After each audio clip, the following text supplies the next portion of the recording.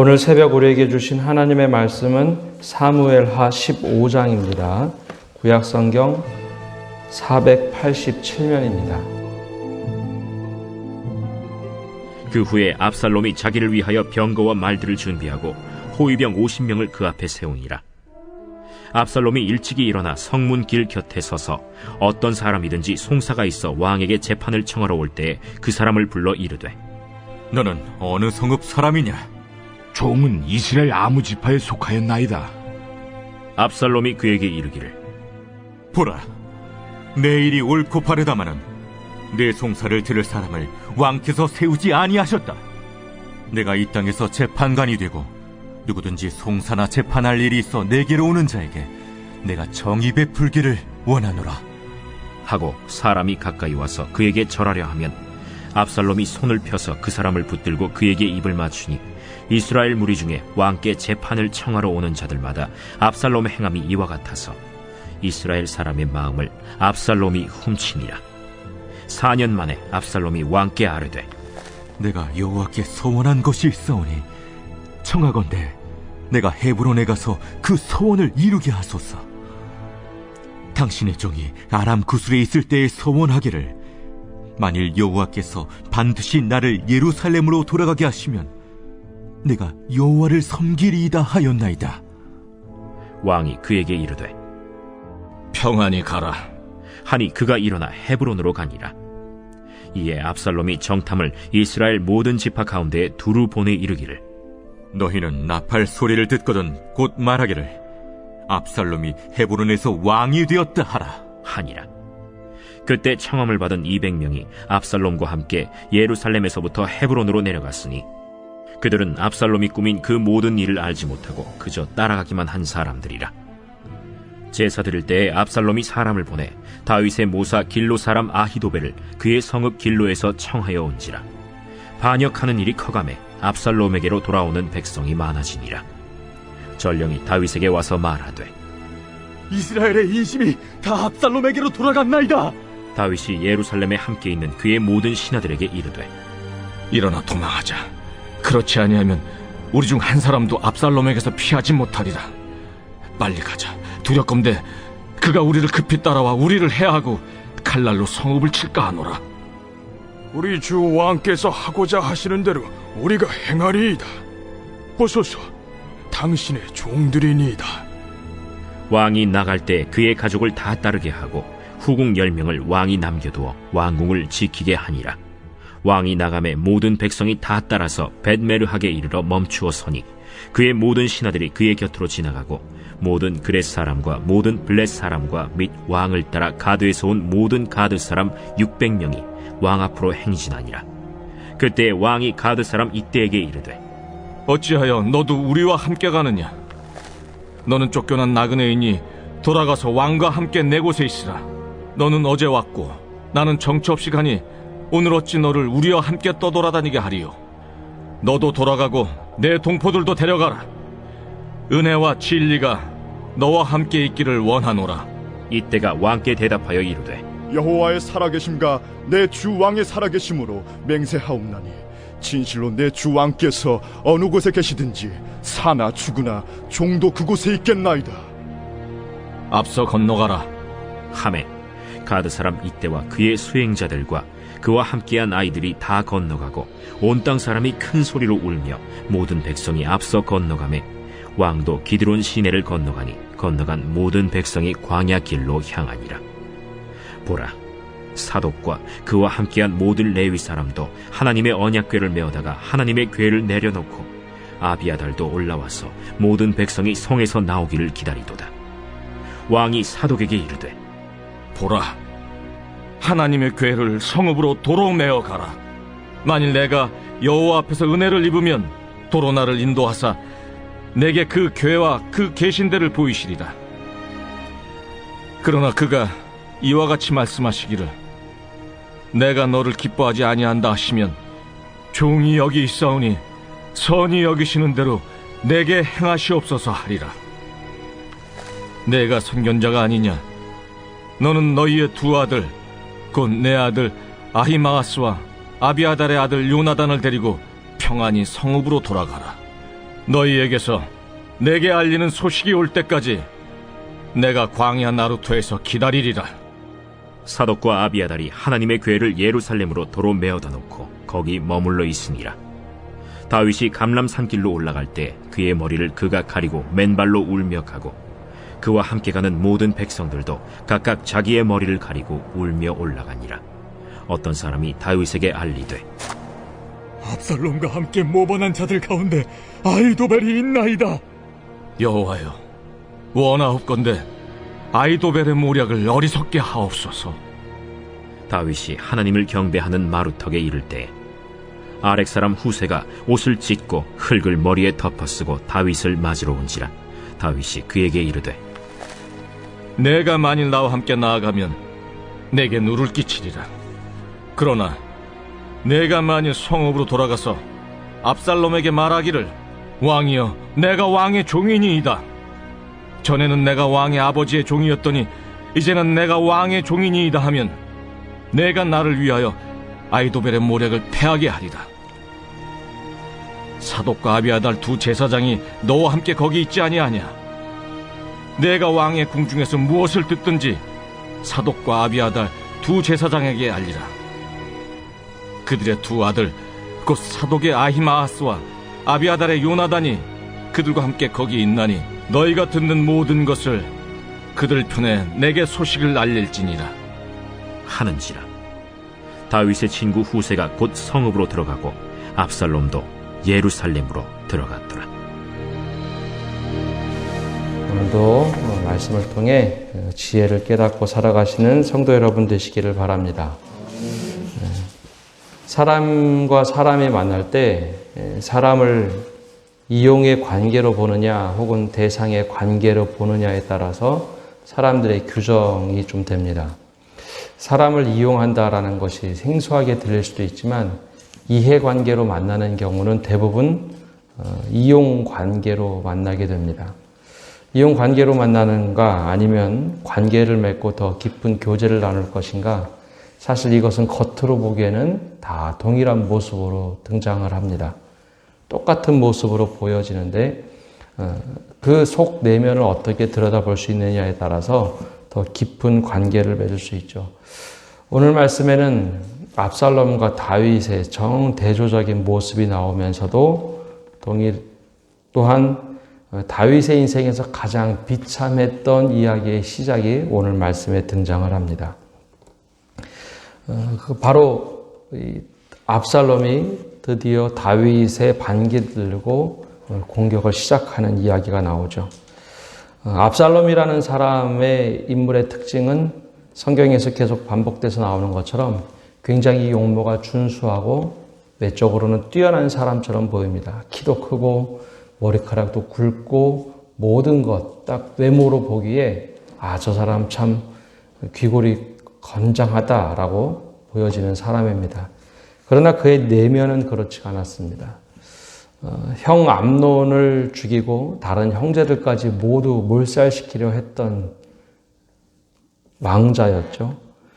그러나 그가 요압이 짜놓은 판 위에서 아버지 다윗 왕이 그를 다시 고향으로 불러들입니다.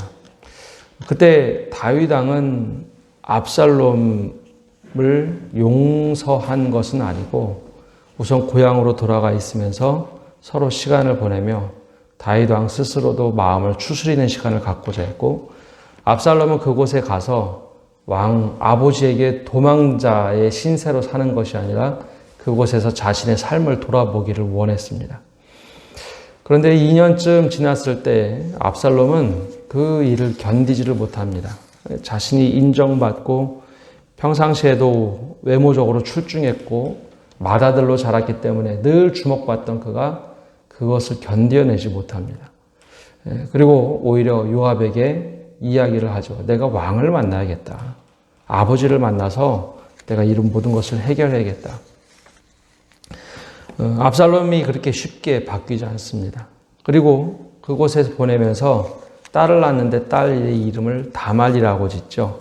이 다말은 바로 누이 이름 아닙니까? 딸의 이름을 부르면서 자신이 가지고 있던 분노를 늘 곱씹었습니다. 분노를 곱씹는다는 것은 건강하다는 것을 이야기하지 않습니다. 이 문제를 해결해야 하고 이것을 뛰어넘어야지 분노를 곱씹으면 곱씹을수록 오히려 분노는 더 커지기 마련이죠. 그래서 압살롬이 바뀌지가 않습니다. 그리고 또 시간이 흘렀습니다. 아버지와 어느 정도 이야기가 되고 나서 그가 모략을 꾸미기 시작합니다. 압살롬이 자기를 위해서 병거와 말들을 준비하기 시작하죠. 이것은 단지 왕자의 모습이 아니라 하나의 왕권을 차지하기 위한 하나의 시도였습니다. 그리고 나서 두 번째 모략은 호위병들을 잔뜩 키운 뒤에 다윗 성으로 들어가는 사람들을 검사하기 시작하죠. 명목은 이것이었습니다. 사람들에게 왕과 민심을 갈라놓는 방법 중에 하나가 왕이 너무 바쁘고 여러분들을 위한 재판장을 세우지 않았으니 내가 대신해서 왕의 재판장 노릇을 하겠다. 그 왕궁에 들어가 봤자 만나봤자 아무 소용이 없다라고 사람들을 현혹을 하죠. 즉 사람들을 이용의 관계로 본 겁니다. 그래서 자신에게 오는 사람들을 재판하기 시작합니다. 근데 압살롬도 왕자 교육을 받았기 때문에 이것에 있어서는 탁월했던 것 같습니다. 사람들이 와서 재판을 받을 때 왕자 앞에 가면 왕 앞에 가는 거랑 똑같으니 절을 하겠죠. 그러면 절을 하면 갑자기 본인도 덥석 손을 잡고서 손에 입을 맞추고 그 사람을 환대해 줬습니다. 사람들 사이에는 그것을 어떻게 이해를 했냐면 야, 저 왕자는 정말 따뜻한 사람이다 라고 이해를 합니다. 그런데 이것은 정말 따뜻한 것인가 아니면 이용의 관계인가? 아까 처음에 말씀드린 것처럼 사람을 이용의 관계로 보느냐 아니면 관계의 대상으로 보느냐 그 속마음을 알 수가 없습니다. 그러나 분명히 성경에서는 압살롬은 사람들을 이용의 관계로 해석을 합니다. 이용의 관계로 본 것이죠. 그러면서 민심을 다 그에게로 끄집어드립니다. 그렇게 4년을 보냅니다. 4년이라는 시간이 그렇게 짧은 시간이 아니라 사람들의 민심을 다 바꿀 수 있는 시간이죠. 그리고 나서 어느 날 왕에게로 찾아올라갑니다. 왕에게 찾아올라가서 한 가지 부탁을 하는데요. 내가 헤브론으로 가게 되면 뒤에부터 지금까지 따지면 6년 동안 내가 집거 생활을 했는데 아버지 다윗 왕께서 용납을 하시면 내가 헤브론으로 가면 여호와 하나님께 예배를 드리고 신앙을 회복할 수 있겠나이다 라고 요청을 합니다. 왕의 입장에서는 이것을 허락을 할까 말 것인가.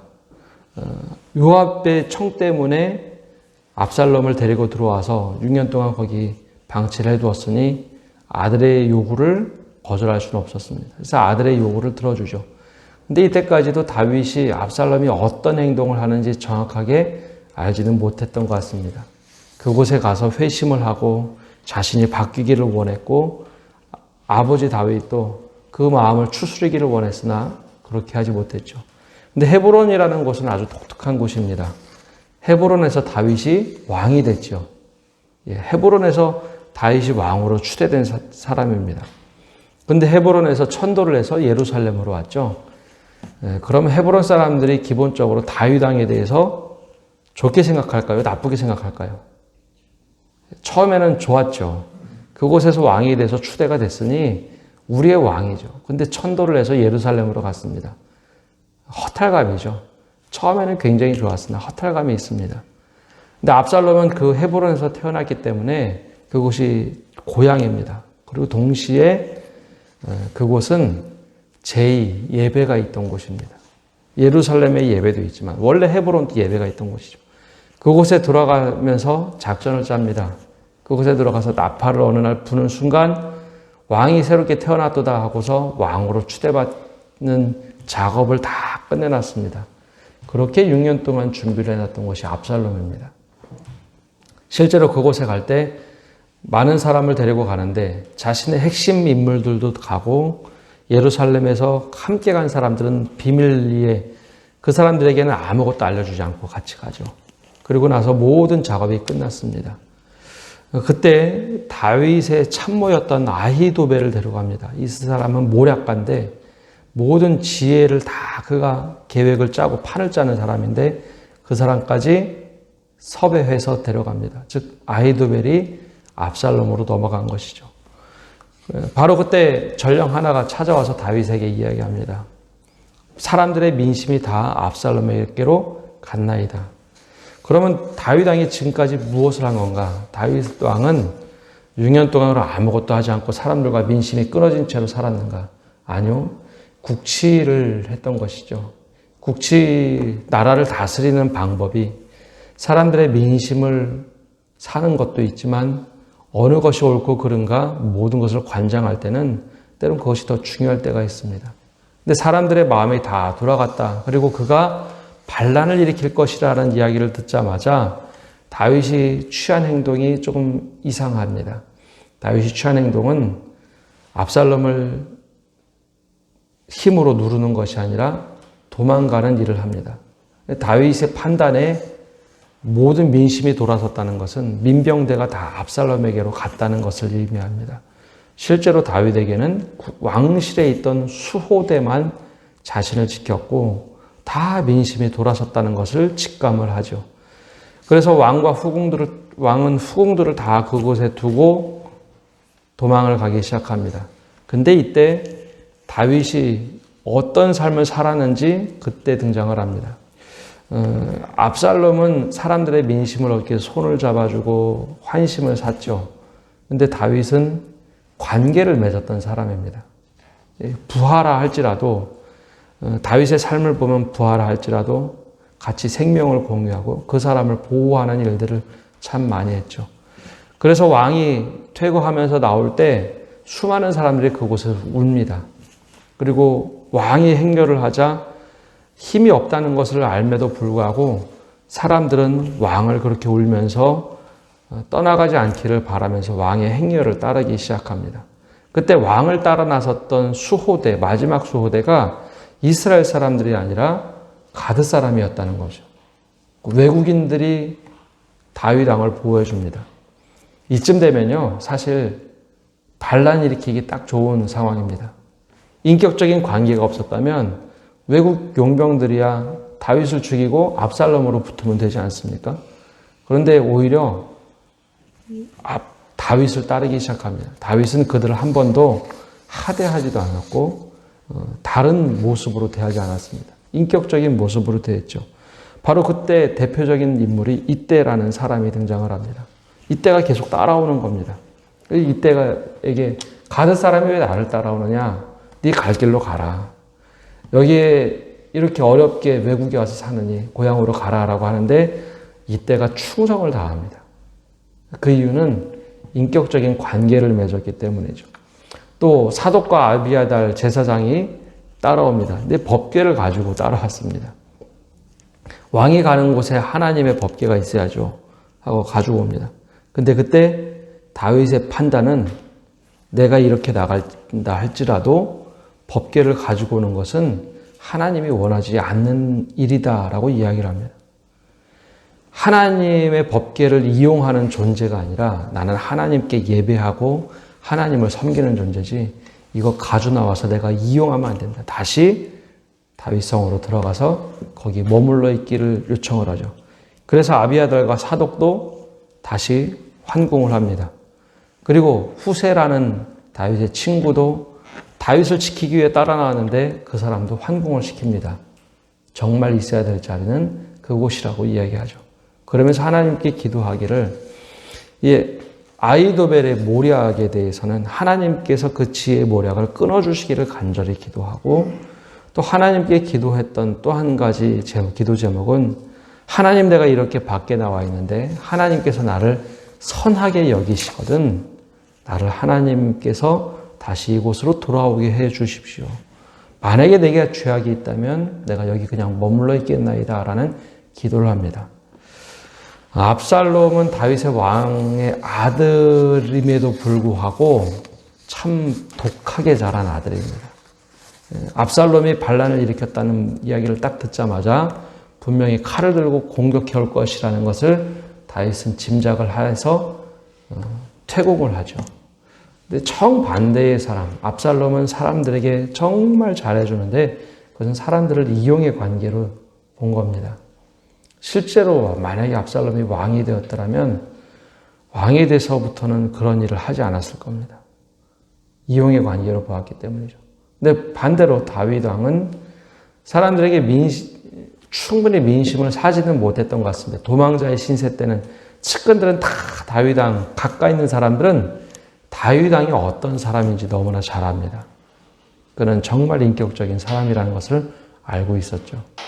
극명하게 갈리는데 하나님은 결과적으로 다윗 왕이 하나님과의 관계를 잘 맺고 하나님 앞에서 바르게 서려고 했던 것, 그리고 모든 사람들에게 인격적인 관계로서 대했던 다윗 왕의 손을 들어줍니다.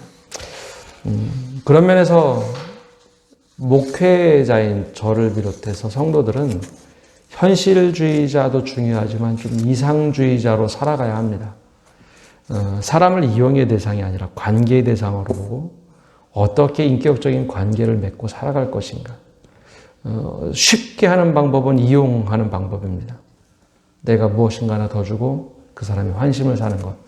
그러나 믿음의 사람들은 무엇인가 주는 것이 아니라 정말 하나님께서 무엇을 원하시는 관계의 모습을 보는 것.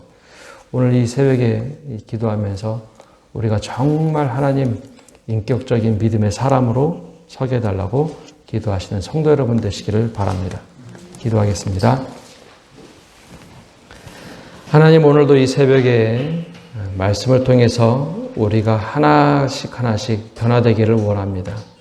압살롬처럼 사람을 이용으로 바라보고 무엇인가 얻고자 하여 환심을 주고 무엇인가 얻고자 하여 더 잘 대해주는 그런 자의 모습으로 살아가는 것이 아니라 다윗처럼 모두를 인격적으로 대하고 하나님의 사람으로 대하는 그런 사람으로 살 수 있는 은혜를 허락하여 주옵소서. 하나님, 단면으로 보면 또 현실적으로 보면 압살롬이 훨씬 더 좋아 보입니다. 모든 사람들에게 인정받고 따뜻해 보이는 것. 그러나 그 안에 독함이 있고 변하지 않는 그 악함이 있음을 보게 됩니다. 우리 삶 속에 이런 모습이 있지는 않는가 돌아보게 하여 주시고 하나님, 우리가 주님 앞에서 바르게 살아가게 하여 주옵소서. 하나님이 이번 주부터 일꾼들을 세우는 일이 진행이 됩니다. 하나님께서 선한 일꾼들을 세워주시고 하나님, 사람들의 마음을 주장하여 주셔서 우리 교회가 앞으로 10년, 20년, 30년 온전하게 세워져 갈 일꾼들을 바르게 세울 수 있는 은혜를 허락하여 주옵소서. 늘 주님께서 함께 하시며 주님께서 선한 방법으로 교회를 이끌어 가실 줄 믿으며 예수님의 이름으로 기도합니다. 아멘.